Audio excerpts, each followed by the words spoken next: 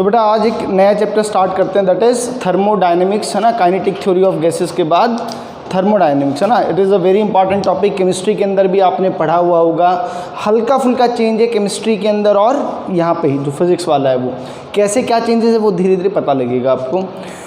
तो थर्मोडायनेमिक्स पहली बात है क्या चीज़, तो थर्मोडायनेमिक्स बेसिकली फिजिक्स की वो ब्रांच है जो किसके बारे में बात करेगा, इंटर कन्वर्जन होगा किस किस का, हीट एनर्जी का किसी भी अदर फॉर्म ऑफ एनर्जी के अंदर। माने कि आप उस हीट एनर्जी को इस्तेमाल कर सकते हो मैकेनिकल एनर्जी की फॉर्म में, जैसे कि आप उसको हीट एनर्जी को कन्वर्ट कर सकते हो इलेक्ट्रिकल एनर्जी की फॉर्म में। माने कि एक फॉर्म ऑफ एनर्जी वो तो पक्का है कि वो हीट एनर्जी रहेगी, तो हीट एनर्जी का जो कन्वर्जन है किसी अलग अलग फॉर्म के अंदर, वो सब पढ़ेंगे किसके अंदर, वो सब इस थर्मोडायनेमिक्स के अंदर हमें पढ़ना है। अब कुछ छोटी छोटी टर्म्स हैं जिसका हमें पता होना चाहिए, वो सब हम डिस्कशन करते हैं। देखो क्या है, पहला है बेटा थर्मोडायनेमिकल सिस्टम।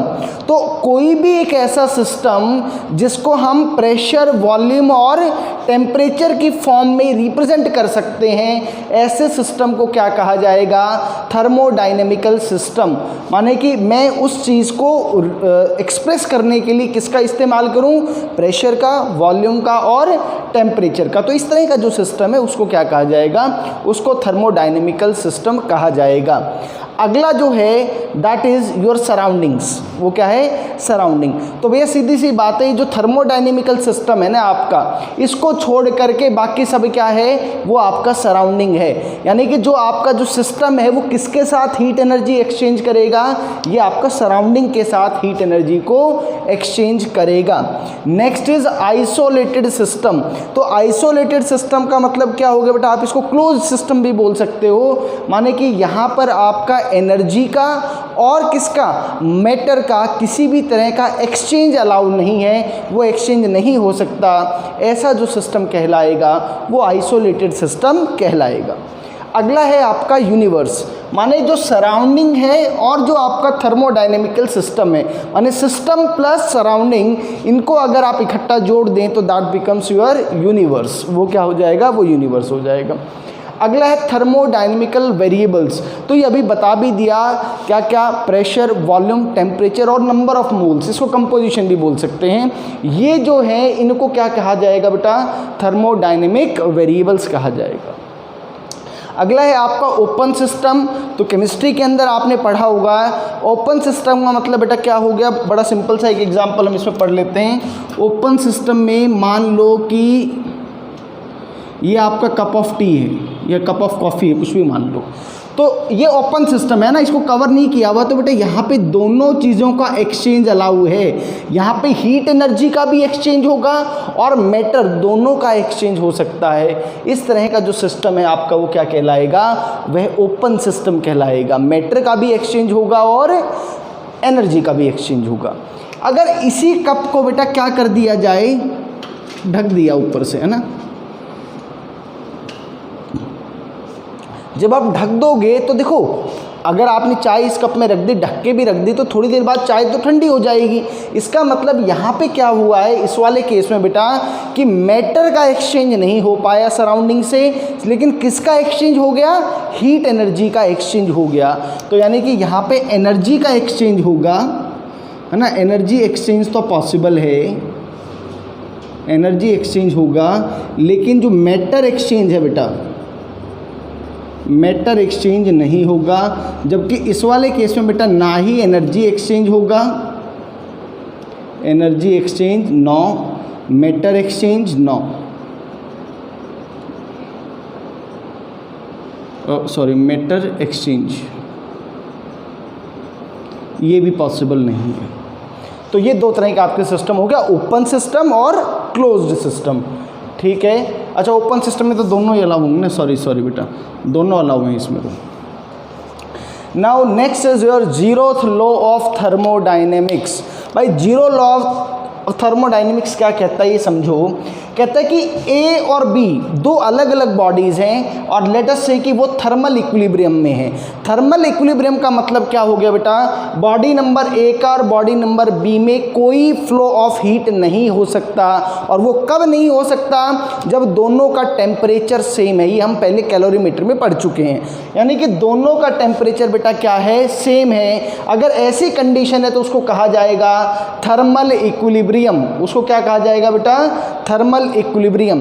तो ए और बी थर्मल इक्विलिब्रियम में है, इसका मतलब क्या हुआ बेटा कि temperature of A is equal to temperature of B.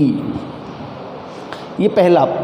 अब कहता है कि जो बी बॉडी है ये थर्मल इक्विलिब्रियम में है, किसके साथ, बॉडी सी के साथ, माने कि टेम्परेचर ऑफ बी बराबर टेम्परेचर ऑफ सी। तो अब कहता है कि अगर आप ए और सी को देखेंगे बेटा तो ए और सी भी आपको थर्मल इक्विलिब्रियम में मिलेंगे, माने कि टेम्परेचर ऑफ ए आपको मिलेगा टेम्परेचर ऑफ सी के बराबर। यही आपका जीरोथ लॉ ऑफ थर्मोडाइनेमिक्स है।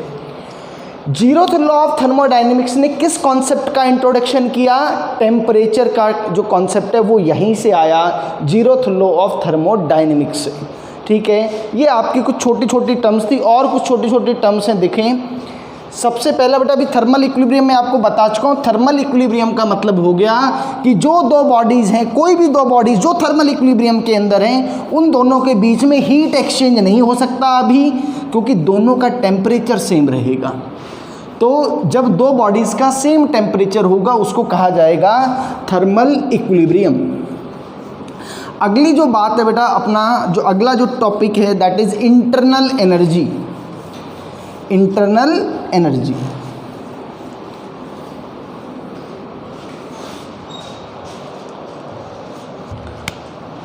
Internal energy.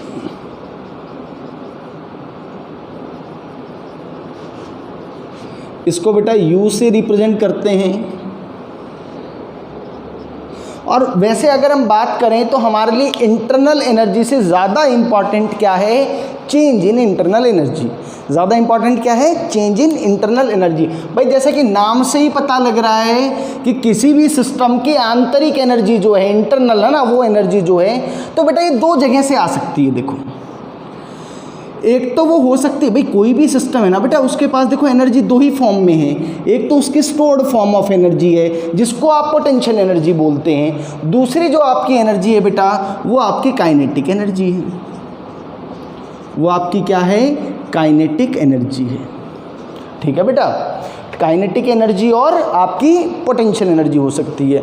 तो भाई जो पोटेंशियल एनर्जी जो है ये तो हम नेग्लेक्ट करके चलते हैं, क्योंकि हमने गैस पार्टिकल्स को, यहाँ पे भी हम गैसेस की ही बात करेंगे मोस्ट ऑफ द केसेस में। किसकी बात करेंगे, गैसेस की। इसके अलावा और भी किसी मॉलिक्यूल की बात करेंगे तो अनटिल अनलेस दे नहीं रखा हम पोटेंशियल एनर्जी कंसीडर नहीं करेंगे। अदरवाइज तो बेटा आपको मैं बात बता देता हूँ कि जो आपकी इंटरनल एनर्जी है, ये फंडा याद रखना, ये अभी आपको रिलेट करेंगे पिछली क्लास से, अभी रिलेट करके बताऊँगा इसको। एक्चुअल में internal energy is a function of potential energy, you से लिखते हैं, और काइनेटिक एनर्जी। इन दोनों का फंक्शन है, इन दोनों का सम है। आप याद करो कि जब हमने बात की थी कि भाई एक फॉर्मूला भी बता देता हूँ अभी, चलो अभी इस पे आऊँगा दोबारा से। पोटेंशियल एनर्जी हम नेग्लेक्ट करते हैं, सिर्फ काइनेटिक एनर्जी कंसिडर करेंगे। ठीक है, तो उस केस में बेटा जो इंटरनल एनर्जी आती है सिस्टम की, that is written as NCV delta T। और ये एनर्जी कैसे आई इसका डेरिवेशन आने वाली क्लासेस में करेंगे, बट अभी के लिए आप ये फॉर्मूला याद रखेंगे कि जो पोटेंशियल एनर्जी है that is equal to NCV delta T। ये डेल्टा T क्या चीज़ है बेटा, delta T is your change in temperature, change in temperature। N is your number of moles,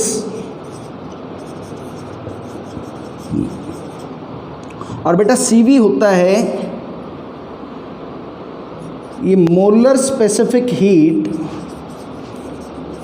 molar specific heat ये आपको पहले बता चुका हूँ, मोलर स्पेसिफिक हीट क्या होता है, एट कांस्टेंट वॉल्यूम। इसको बताएंगे, अच्छे से बताएंगे CV क्या चीज़ है। अभी के लिए इसको लिख लो ज़रा। So this is the formula for internal energy, del U is equal to N C we delta T, है ना, यूज, या फिर आप इसको ऐसे लिखो delta U is equal to N C we delta T. वैसे तो फॉर्मूला क्या लिखा जाएगा बेटा, U is equal to N C V T, है ना, एक्चुअल जो नॉर्मल फॉर्मूला है। हमें चेंज इन इंटरनल एनर्जी की बात करें तो that becomes delta U is equal to N C we delta T. तो यहाँ से क्या बात समझ में आ रही है, internal energy is a function of temperature, internal energy is a function of temperature बेटा।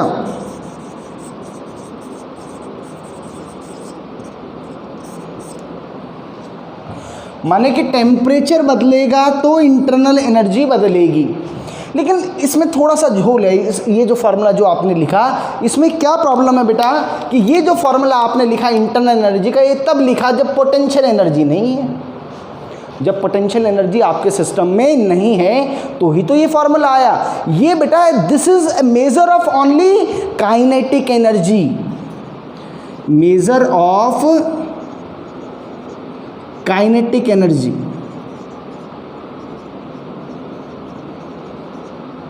काइनेटिक एनर्जी का मेजर है। अब आप याद करें बेटा, जब हमने फेज चेंज की बात की थी, फेज चेंज यानी कि मान लेते हैं कि जब आपकी जो आइस एट 0 डिग्री सेल्सियस थी, जब वो आइस एट 0 डिग्री सेल्सियस से वाटर एट 0 डिग्री सेल्सियस पे जा रहा था, याद करेंगे हम जरा पिछली बातें, उससे ज़्यादा बढ़िया समझ में आएगा। आइस एट 0 डिग्री सेल्सियस जब वाटर एट 0 डिग्री सेल्सियस में कन्वर्ट हुआ था बेटा, तो ये तो आपका फेज चेंज हुआ था, याद आ रहा होगा आपको। और भाई फेज चेंज में आपको दिख रहा होगा कि टेम्परेचर में तो कोई चेंज नहीं है, डेल्टा टी तो 0 है, डेल्टा टी 0 है तो उसके हिसाब से डेल्टा यू भी 0 आ गया। सवाल ये पूछा जाता है कि फेज चेंज के दौरान, यही एग्जांपल ले लेता हूँ कि आइस एट 0 डिग्री सेल्सियस जब वाटर एट 0 डिग्री सेल्सियस में गया तो चेंज इन इंटरनल एनर्जी क्या हुआ, कुछ चेंज हुआ कि नहीं हुआ, change in internal energy.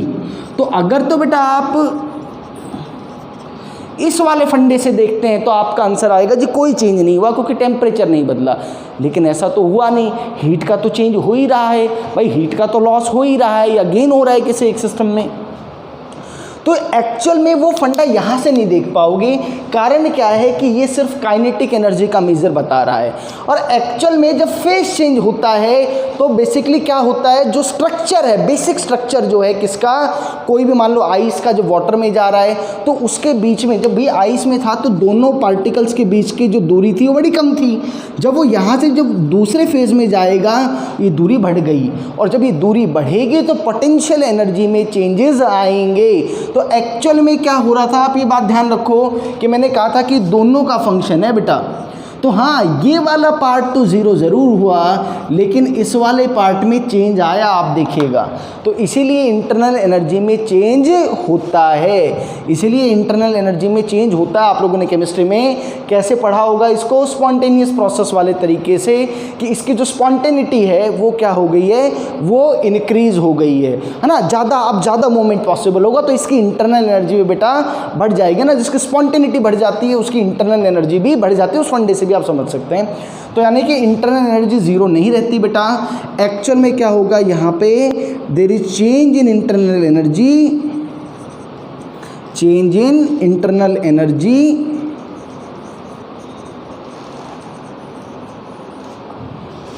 Change आएगा इंटरनल एनर्जी का due to change in potential energy. जो पोटेंशियल एनर्जी वाला जो फंडा है उसमें कुछ चेंजेस आ रहे हैं बेटा, उसके कारण से आपकी इंटरनल एनर्जी में क्या होता है, चेंज होता है। बट उस एक पार्ट को छोड़ दूं, अगर फेज चेंज वाले पार्ट को छोड़ दूं तो हमारे लिए delta U is equal to N C we delta T ही है। कुछ जगह बेटा इसको ऐसे भी लिख दिया जाता है, D U is equal to N C V D T. ये फॉर्म भी एक ही बात है, आप इसको भी याद रखें, D U is equal to N C V D T. ठीक है बेटा, ये आपका कॉन्सेप्ट हो गया किसका, इंटरनल एनर्जी का।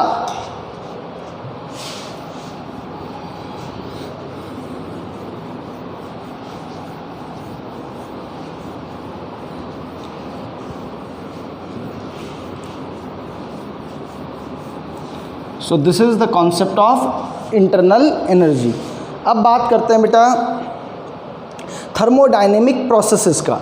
किसकी बात करें? Thermodynamic processes. अलग अलग प्रोसेस होंगे, कभी वॉल्यूम कांस्टेंट हो सकती है, कभी टेम्परेचर कांस्टेंट हो सकता है, कभी प्रेशर कांस्टेंट हो सकता है, कभी कोई इक्वेशन वाली जो है प्रोसेस वो भी हो सकता है इसके अलावा। तो अलग अलग प्रोसेस के अंदर हमें कुछ साइन कन्वेंशन चाहिए होंगे बेटा। तो जो मैं आपको बात बता रहा था एक्चुअल में साइन कन्वेंशन किस किस के लिए चाहिए ये समझो। आप जब थर्मोडायनेमिक प्रोसेसेस की बात करेंगे तो उसमें आप जो क्वांटिटेटिव एनालिसिस जब करेंगे, ऑब्वियस है सारा क्वांटिटेटिव एनालिसिस ये मोस्टली पार्ट, तो आपकी डीलिंग होगी बेटा किस किस के साथ? वर्क डन के साथ। एक आपकी डीलिंग होगी हीट एनर्जी के साथ, इसको H से लिख देता हूँ बेटा। और एक आपकी डीलिंग होगी बेटा इंटरनल एनर्जी के साथ, डेल्टा यू। ठीक है। अच्छा बेटा एक चीज़ में टर्म अभी मुझे एकदम से ध्यान आया वो और बता देता हूँ आपको। दो तरह के वेरिएबल्स होंगे थर्मोडायनेमिकल वेरिएबल्स जो बताया था, दो तरह के फंक्शंस होते हैं बेटा आपके पास। एक होता है पाथ फंक्शन, एक होता है बेटा आपका पाथ फंक्शन, और एक आपका होता है state function.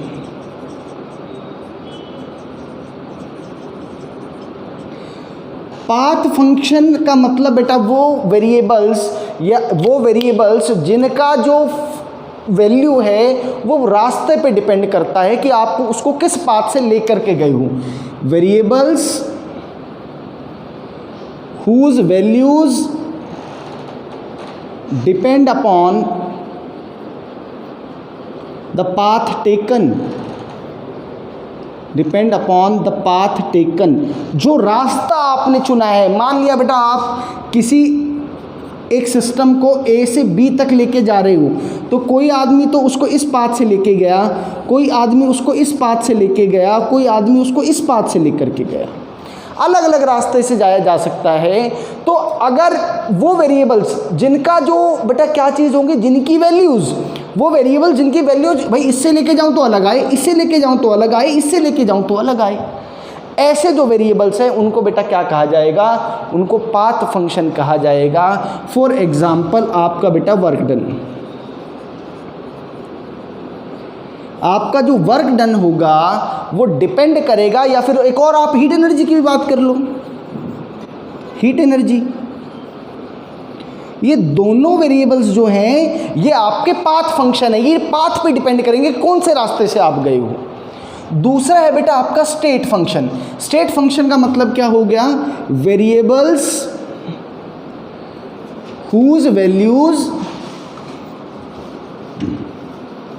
depends only on initial and final state, initial and final states.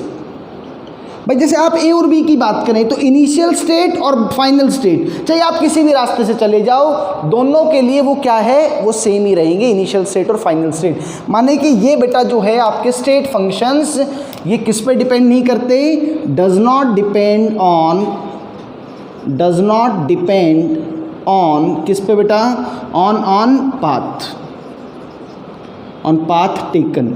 आप कौन से रास्ते से प्रोसेस करके गए हो ये उस बात पे डिपेंड ही नहीं करता, ये सिर्फ इनिशियल स्टेट और फाइनल स्टेट पे डिपेंड करता है। और इसका जो एग्जांपल है बेटा आपका, है ना, एग्जांपल क्या है उसके लिए? स्टेट फंक्शन का जो एग्जांपल है आपका, बहुत बढ़िया एग्जांपल आपका इंटरनल एनर्जी बेटा, इंटरनल एनर्जी। तो जो इंटरनल एनर्जी है बेटा वो आपकी स्टेट फंक्शन है। यानी कि इसका मतलब क्या हुआ? चाहे आप पाथ नंबर 1 से जाओ, चाहे पाथ नंबर 2 से जाओ, चाहे पाथ नंबर 3 से जाओ, आप तीनों ही पाथ के थ्रू जो इंटरनल एनर्जी का जो चेंज आएगा वो क्या रहेगा बेटा? वो सेम रहेगा। माने आप ऐसा लिख सकते हो U1 बराबर U2 बराबर U3, जबकि आप वर्क डन और हीट एनर्जी के लिए ऐसी बात नहीं लिख पाएंगे, वो तीनों रास्तों के लिए अलग अलग रहेंगे। तो दो तरह के फंक्शन हमारे पास होंगे, पता होना चाहिए, एक पाथ फंक्शन और एक state function. Internal energy is a state function, वो सिर्फ और सिर्फ किस पे डिपेंड करेगा?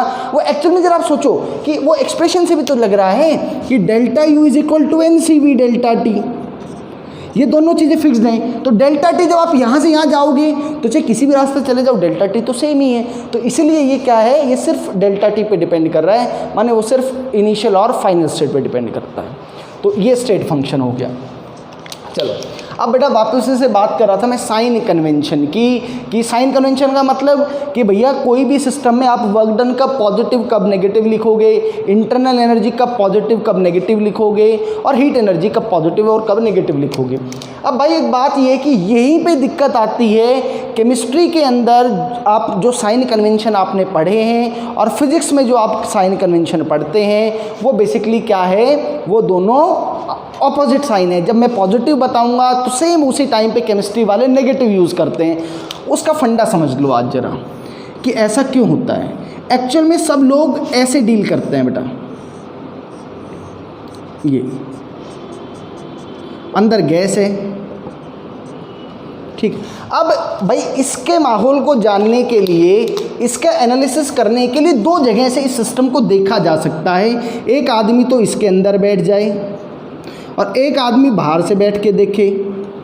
अब जरा समझो कि क्या फ़र्क पड़ेगा भाई। इसके हिसाब से क्या होगा, मान लो कि पिस्टन ऊपर की तरफ जा रहा होगा, ये गैस है, यानी कि दो जगह से देखा जा रहा है। एक मैकेनिकल वर्क डन की फॉर्म में देखा जा रहा है और एक वर्क डन बाय गैस की फॉर्म में देखा जा रहा है। तो इसको क्या लगेगा कि भैया गैस ने इधर फोर्स लगाया और इधर डिस्प्लेसमेंट हो गई, ये कहानी हुई।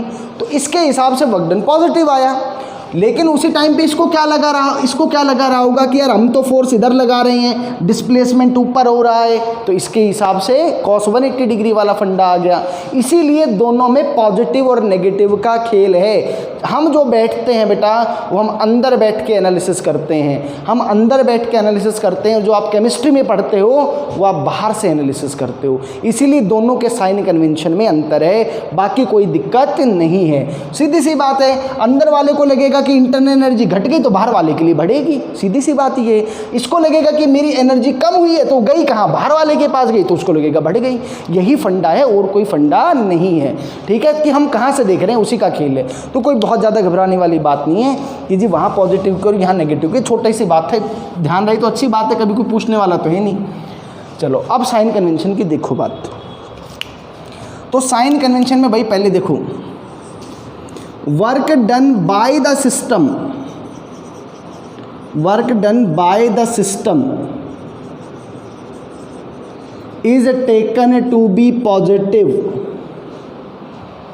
जो सिस्टम काम करेगा, जो सिस्टम ने जो वर्क डन किया वह पॉजिटिव कंसीडर करेंगे बेटा, उसको पॉजिटिव ही रखेंगे। दूसरा convention, work done on the gas, work done on the system, है ना, सिस्टम बोल दो बेटा, वो work done on the system obvious है अपने आप नेगेटिव हो गया। सिस्टम ने जो किया वो पॉजिटिव। जरा समझो कैसे, अभी जो आपको एग्जांपल बताया, सिस्टम ये है, हम यहाँ से बैठ के देख रहे हैं। सिस्टम ने अगर इसको एक्सपेंड किया तो फोर्स भी इधर और डिस्प्लेसमेंट भी इधर, वर्क डन इज पॉजिटिव। लेकिन बाहर वाले के लिए work done on the system, बाहर वाला क्या करेगा, इसको कंप्रेस कर दिया, तो यहाँ पे जो है वो फोर्स बाहर की तरफ लगा रहा है, डिस्प्लेसमेंट नीचे हो रहा है, तो अपने आप वर्क डन क्या हो गया, वह नेगेटिव हो गया। दोनों के केस में इस तरह का रहेगा, ठीक है बेटा। अगली बात करते हैं, तो बेटा work done by the system positive, इसको ऐसे भी मान लो कि यार सिस्टम आप खुद हो, तो आपके लिए जो आप काम करोगे ना वो सब बढ़िया ही है, सब पॉजिटिव है, उसमें कोई नेगेटिविटी की बात ही नहीं है, और दूसरे वाले को वो नेगेटिव लगेगा इसलिए वो नेगेटिव है, ठीक है। तीसरा कन्वेंशन, भाई तीसरा कन्वेंशन सीधी सीधी बात ये है, अगर मेरे पास पैसा आएगा, मेरे पास एनर्जी आएगी तो मेरी एनर्जी बढ़ेगी, that is a sign of positive, सीधी सी बात ये है। तो अगर क्या हुआ, if heat energy increases, if heat energy increases, तो बेटा उसको कैसे कंसीडर किया जाएगा, उसको पॉजिटिव कंसीडर किया जाएगा। और बेटा अगर हीट एनर्जी का लॉस हो रहा है, इफ हीट एनर्जी डिक्रीजेज, भाई आप इसको है ना गेन और लॉस के फॉर्म में भी समझ सकते हो बेटा। तो गेन हुआ तो पॉजिटिव, लॉस हुआ तो नेगेटिव, इंक्रीज हुआ तो पॉजिटिव, डिक्रीज हुआ तो नेगेटिव। तीसरी जो बात है ना, अगला जो कन्वेंशन है बेटा वो है इंटरनल एनर्जी का। If internal energy increases, if internal energy यानी कि delta you increases, it is considered to be positive, and if internal energy माने कि डेल्टा यू डिक्रीजेज, तो बेटा उस केस में उसको कैसा कंसीडर किया जाएगा, उसको नेगेटिव कंसीडर किया जाएगा। तो ये 6 कन्वेंशन आपको याद रखना है। Work done by the system positive, increase positive और decrease negative, gain positive, loss negative, ये फंडा आपको याद रखना है बेटा। चलो next is your PV diagram और इंडिकेटर डायग्राम। पीवी डायग्राम या फिर इंडिकेटर डायग्राम बेटा।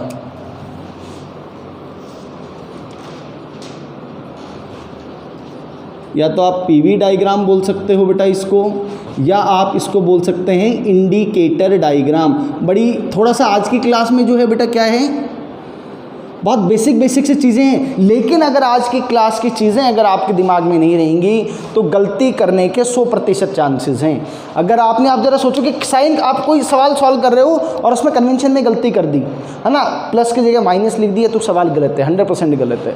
तो छोटी छोटी टर्म्स हैं, आपको ये नहीं पता कि इंटरनल एनर्जी स्टेट फंक्शन है, बहुत बार सवाल आया हुआ इस पर। इंटरनल एनर्जी का क्या सिर्फ डेल्टा टी पे डिपेंड करता है, ये सवाल पूछ लेते नहीं, सिर्फ डेल्टा टी पे डिपेंड नहीं करता।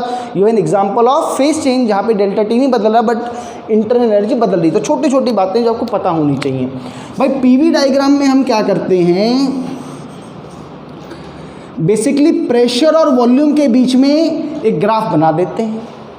प्रेशर और वॉल्यूम के बीच में मान लिया कि आपने ये ग्राफ बना दिया, ये लो, एक एरो भी लगेगा। एक बात ध्यान रखना, पीवी डायग्राम में अगर एरो नहीं लगाया तो गड़बड़ है मामला, पता ही नहीं लगेगा कि इनिशियल स्टेट क्या थी और फाइनल क्या थी बेटा। तो एरो लगा दिया। इस एरो का मतलब समझें आप बेटा, मान लो यहाँ P1, V1 आप लिखेंगे और यहाँ पे आप P2, V2 लिखेंगे। इंडिकेटर डायग्राम इसलिए बोल रहे हैं because it indicates pressure and volume, है ना, इस तरीके से आप समझ सकते हो।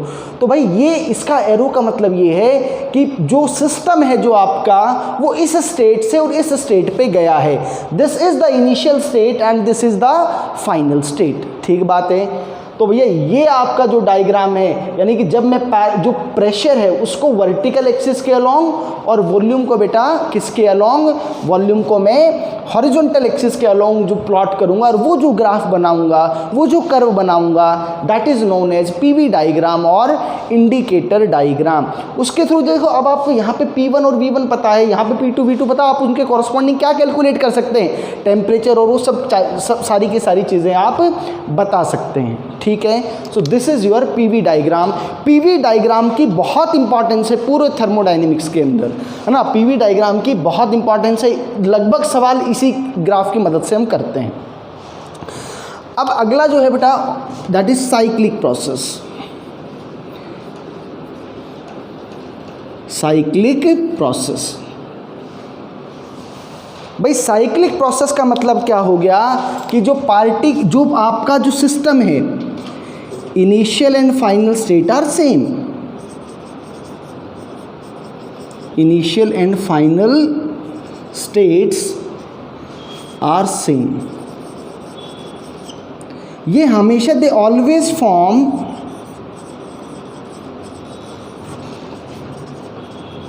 ए क्लोज्ड लूप। ये बेटा हमेशा क्लोज्ड लूप फॉर्म करेंगे, ये बात ध्यान रखना। यानी कि अगर मैं इसका पीवी डायग्राम आपको बनाऊं बेटा, तो इस तरह का इनिशियल स्टेट और फाइनल स्टेट इसका क्या रहता है, वह सेम रहता है बेटा। ऐसे जो प्रोसेस हैं, ऐसे प्रोसेस को आप क्या कहेंगे, ऐसे प्रोसेस को आप साइक्लिक प्रोसेस कहेंगे। ठीक है।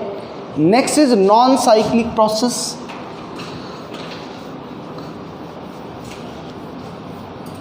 तो भाई नॉन साइक्लिक प्रोसेस का मतलब जो साइक्लिक प्रोसेस नहीं है वो क्या हो जाएगा, वो नॉन साइक्लिक प्रोसेस हो जाएगा। नॉन साइक्लिक प्रोसेस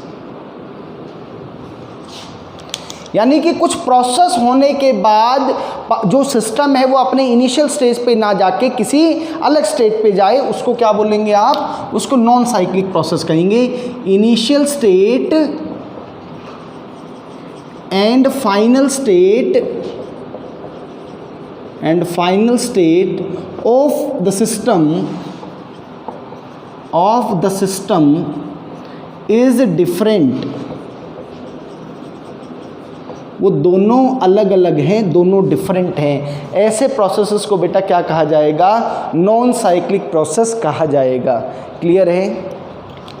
अच्छा, एक बात और बेटा कि जो भी हम प्रोसेसेस करेंगे, एजम्पशन बता रहा हूँ कि कोई भी आप मान लो इनिशियल स्टेट से फाइनल स्टेट पे अगर आप जा रहे हैं तो उसमें मैं ये मानूंगा कि जो पूरा का जो पूरा प्रोसेस किया गया है बहुत बहुत स्लो स्टेप्स में किया गया है। क्या किया गया है? स्लो स्टेप्स के अंदर उस प्रोसेस को किया जा रहा है। हाँ, कहीं पे कोई किसी तरह का सडन प्रोसेस होगा तो वो बता देंगे कि उसमें क्या चीज़ें होंगी, बट हम क्या मान के चलते हैं जनरली कि बहुत धीरे धीरे स्टेप्स में प्रोसेस को किया जा रहा है। ठीक है, इसको क्वासी स्टैटिक प्रोसेस का नाम दिया जाता है कि बहुत छोटे छोटे स्टेप्स में इसको किया गया है आपका। ठीक है बेटा, दो चीज़ें और है, एक है रिवर्सिबल प्रोसेस और दूसरा है इरिवर्सिबल प्रोसेस। तो रिवर्सिबल प्रोसेस का मतलब बेटा क्या होता है कि जिसको आप क्या कर सकते हो, आपने कुछ प्रोसेस किया बट आप घुमा फिरा के क्या ले आए, आप उसको अपनी ओरिजिनल स्टेट में ही ले आए, है ना। उसको क्या कहेंगे आप? उसको आप रिवर्सिबल प्रोसेस कहेंगे।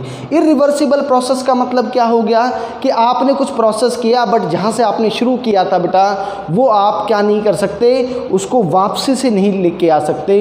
फॉर एग्जांपल, आपने किसी पेपर को जला दिया, वो पेपर जलने के बाद अब आप जो मर्जी उस पर कर लें, वापस ओरिजिनल स्टेट में नहीं जा सकता।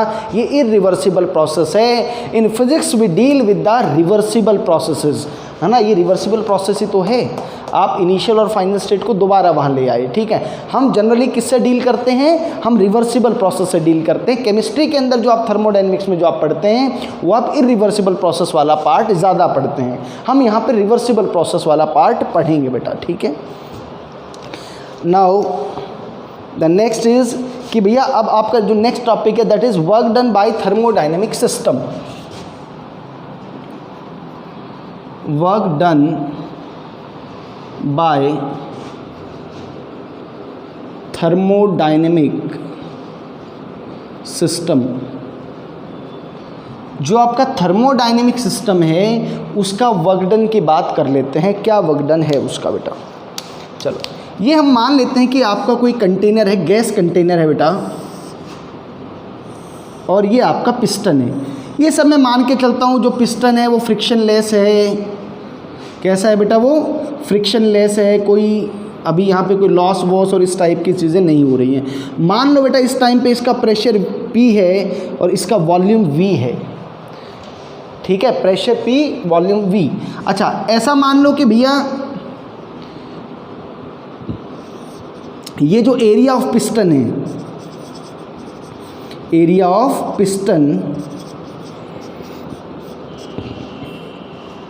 वो A है। Area of piston is A। ठीक बात है। तो भाई अब मान लो कि ये जो पिस्टन है इसको बहुत स्मॉल डिस्प्लेसमेंट आपने कितना दे दिया बेटा?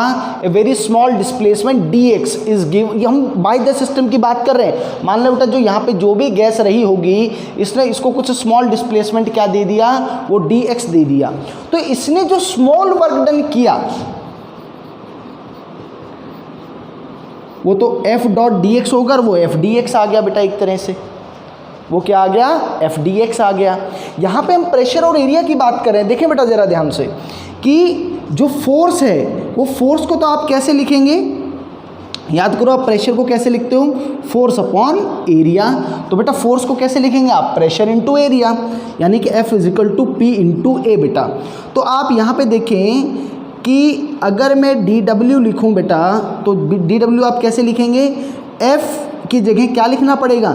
P into A into dx। ये A इंटू dx क्या चीज़ है?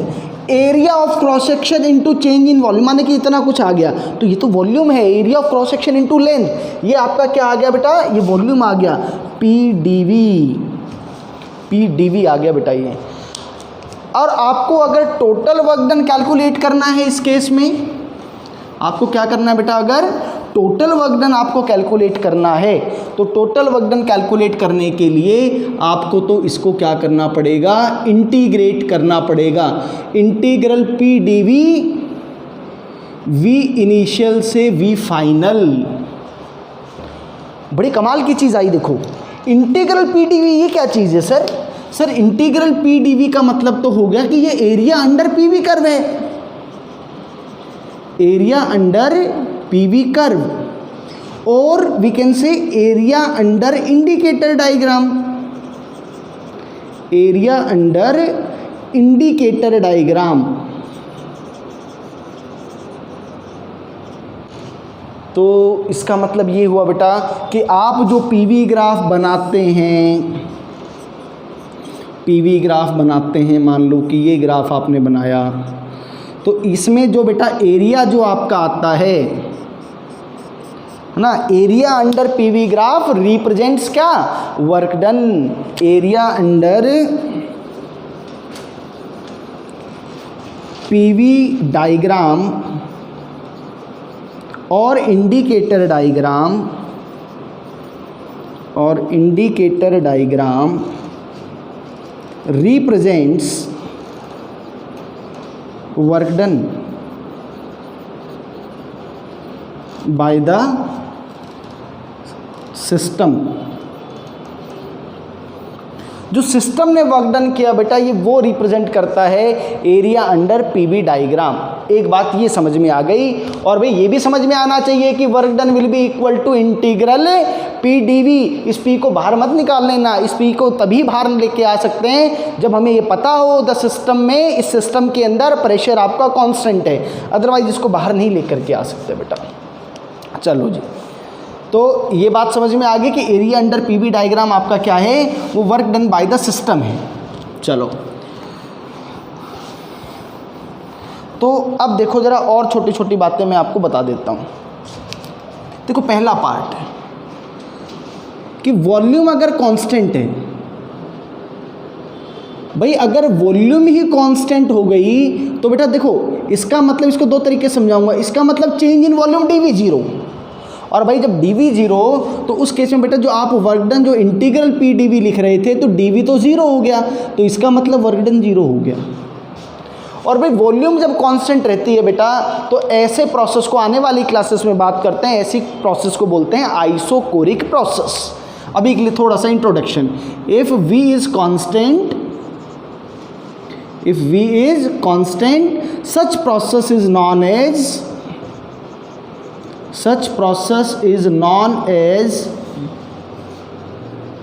isocoric process। उसको बेटा क्या बोलेंगे, उसको आप आइसोकोरिक प्रोसेस बोलेंगे। तो यानी कि वॉल्यूम अगर बेटा कांस्टेंट हो जाएगी, वॉल्यूम अगर कांस्टेंट रहेगी तो उस केस में वर्क डन जीरो होगा। इसको जरा ऐसे भी समझा देता हूं मैं आपको। देखो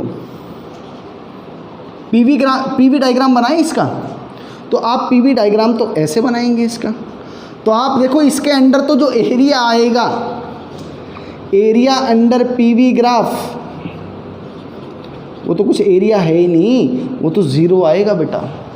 एरिया क्या आएगा, वह ज़ीरो आएगा बेटा। इसका पीवी डायग्राम है ना, मतलब पीवी की बजाय मैं ऐसे भी बना सकता था, याद रखो मैं वी को यहाँ और पी को यहाँ रिप्रेजेंट करूँगा, बट इसको एग्जैक्ट पीवी डायग्राम या इंडिकेटर डायग्राम नहीं बोलेंगे। जब पी को इधर ही रिप्रेजेंट करूँगा वर्टिकल में और वी को यहाँ, वही एग्जैक्ट फॉर्म है पीवी की, उसके अलावा तो वो रिप्रेजेंट करने का अलग तरीका है। तो वॉल्यूम कांस्टेंट रहेगा बेटा, तो ये ग्राफ ऐसे बन जाएगा।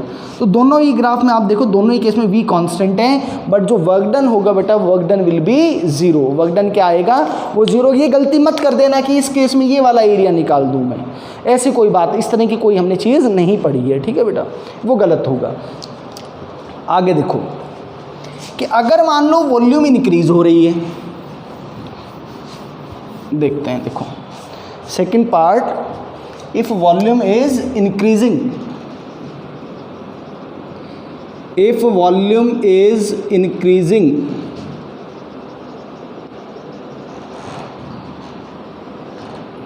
वॉल्यूम अगर इंक्रीज हो रही है तो देखो भाई P ये और V ये, ठीक है।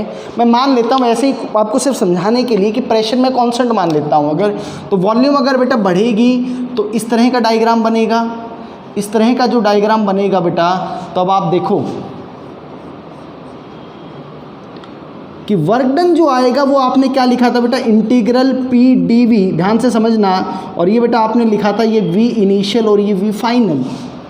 आप एरिया की टर्म में भी समझ सकते हैं, लेकिन एरिया की टर्म में पॉजिटिव नेगेटिव कैसे समझेंगे वो बताता हूँ आपको। तो भाई P तो कांस्टेंट हो जाएगा और ये dV की जगह क्या बन जाएगा, चेंज इन वॉल्यूम। तो P into VF minus VI। तो भाई अब आप एक बात देखो कि ये जो वैल्यू जो आ रही है, फाइनल वॉल्यूम तो ज़्यादा है इनिशियल वॉल्यूम के रिस्पेक्ट में, तो उस केस में बेटा ये वाली जो वैल्यू आपकी आएगी, और प्रेशर तो पॉजिटिव है ही, ये वैल्यू भी पॉजिटिव आएगी, यानी कि वर्क डन पॉजिटिव आएगा। वर्क डन बेटा आपका क्या आएगा, पॉजिटिव। तो work done by system, work done by system बेटा इसको कैसे लिख सकता हूँ, positive of area under PV graph, positive of area under PV graph, क्योंकि पॉजिटिव आएगा अगर वॉल्यूम बढ़ रही है तो। और जब वॉल्यूम बढ़ रही होती है तो बेटा ऐसे को क्या कहते हैं कि गैस इज एक्सपेंडिंग, गैस आपकी क्या हो रही है बेटा, वह एक्सपेंड हो रही है। ऐसे प्रोसेस को क्या कहेंगे कि भी एक्सपेंशन हो रहा है, गैस का क्या हो रहा है, वो एक्सपेंशन हो रहा है आपका। तो वर्क डन यहां पे आपका हो गया positive.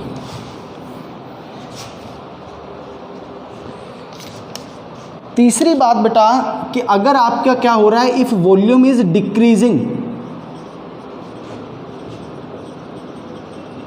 If volume is decreasing, तो भाई वॉल्यूम अगर डिक्रीज हो रही है तो देखो मैं सेम उसी टाइप की चीज़ देखता हूँ कि जो अभी मैं आपको बात बोल रहा था बेटा कि एरो से देखो क्या फ़र्क पड़ गया, एरिया में कोई फ़र्क नहीं पड़ा, लेकिन इस एरो से यहाँ तो ये पता लगा कि इनिशियल वॉल्यूम ये थी और फाइनल ये थी, फाइनल वॉल्यूम ज़्यादा थी, इनिशियल कम थी, माने एक्सपेंशन हुआ।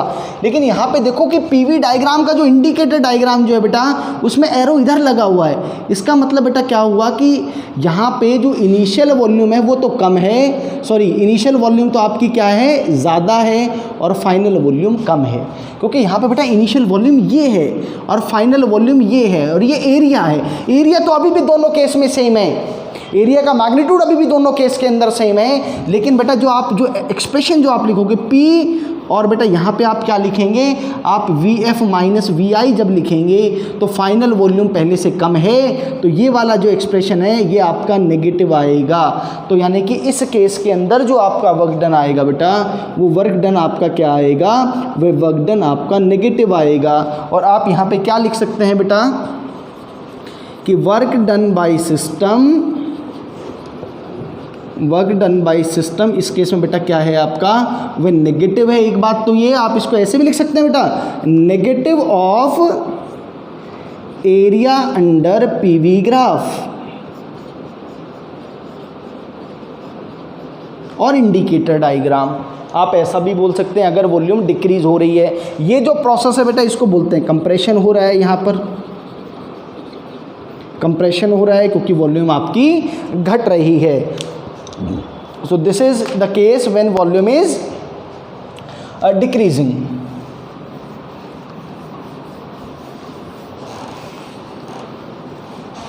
देखो बेटा अब साइक्लिक प्रोसेस की बात करते हैं। Fourth is cyclic process.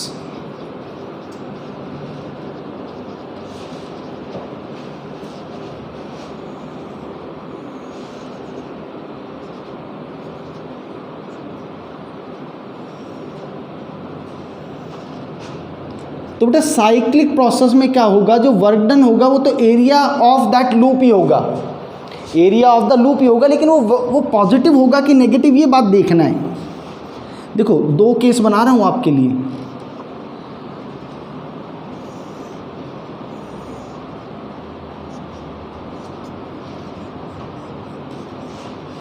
ऐसे समझो ये साइक्लिक प्रोसेस है, दो केस है बेटा। यहाँ पे जो साइक्लिसिटी है यानी कि यहाँ पे आपकी जो डायरेक्शन है बेटा वो कैसी है, साइकिल क्लॉकवाइज साइकिल है, और यहाँ पे बेटा ये आपकी कैसी साइकिल है, ये एंटी क्लॉकवाइज साइकिल है।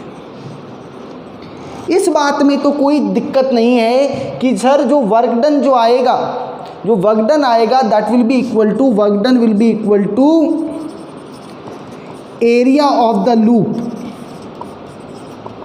लेकिन सर क्या दोनों में फर्क नहीं पड़ेगा क्या, कि मैं एक बार तो इसको ऐसे लेके जा रहा हूं और एक बार इसको ऐसे लेके जा रहा हूं, एक बार एंटी क्लॉकवाइज सेंस में, एक बार क्लॉकवाइज सेंस में, दोनों बिल्कुल ऑपोजिट प्रोसेस हैं।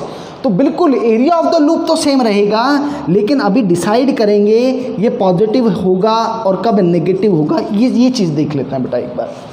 तो भाई एक्चुअल में पहले ये समझते हैं कि ये टोटल वर्क डन आया कैसे होगा सर, ये टोटल वर्क डन आया कैसे होगा। मैं इस वाले एग्जांपल से समझता हूँ कि सर ये एक्चुअल में ना ऐसे रहा होगा, ये पहला पाथ रहा होगा और ये फिर इसका सेकंड पाथ रहा होगा।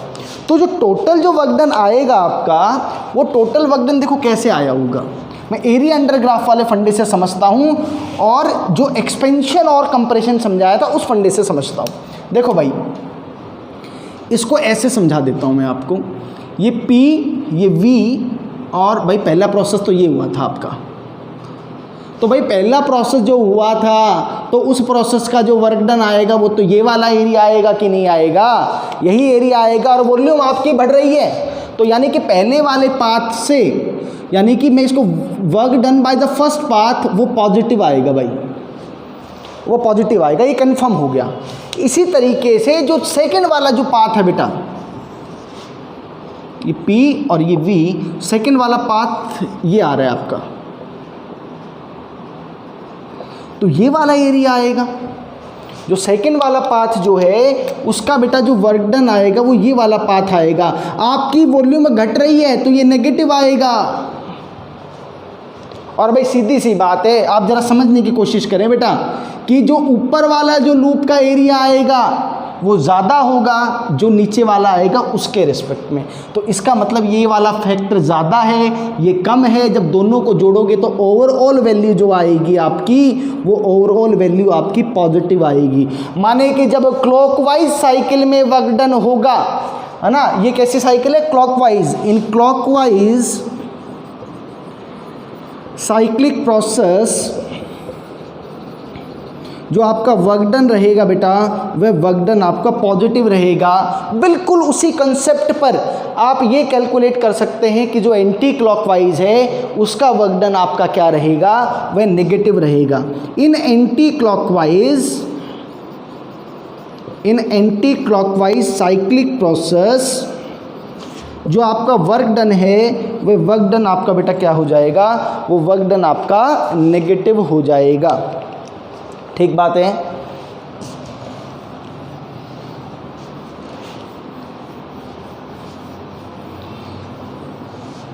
तो ये बेटा क्या था अपना जो बेसिक जो पार्ट था, बेसिक जो थर्मोडायनेमिक्स को आगे समझने के लिए जिन जिन चीज़ों की ज़रूरत थी वो सब हमने आज की क्लास में कवर कर लिया। नेक्स्ट क्लास में basically we will deal with the first law of thermodynamics. जो फर्स्ट लॉ ऑफ थर्मोडायनेमिक्स है वहाँ से स्टार्ट करेंगे, और फिर जो अलग अलग जो प्रोसेसेस हैं उनमें क्या वर्क डन है वो सब हम नेक्स्ट क्लास के अंदर सीखेंगे। तो जो ये अब तक किया है एक बार इसको आप बहुत अच्छे से पढ़ लीजिएगा। ठीक है, थैंक यू।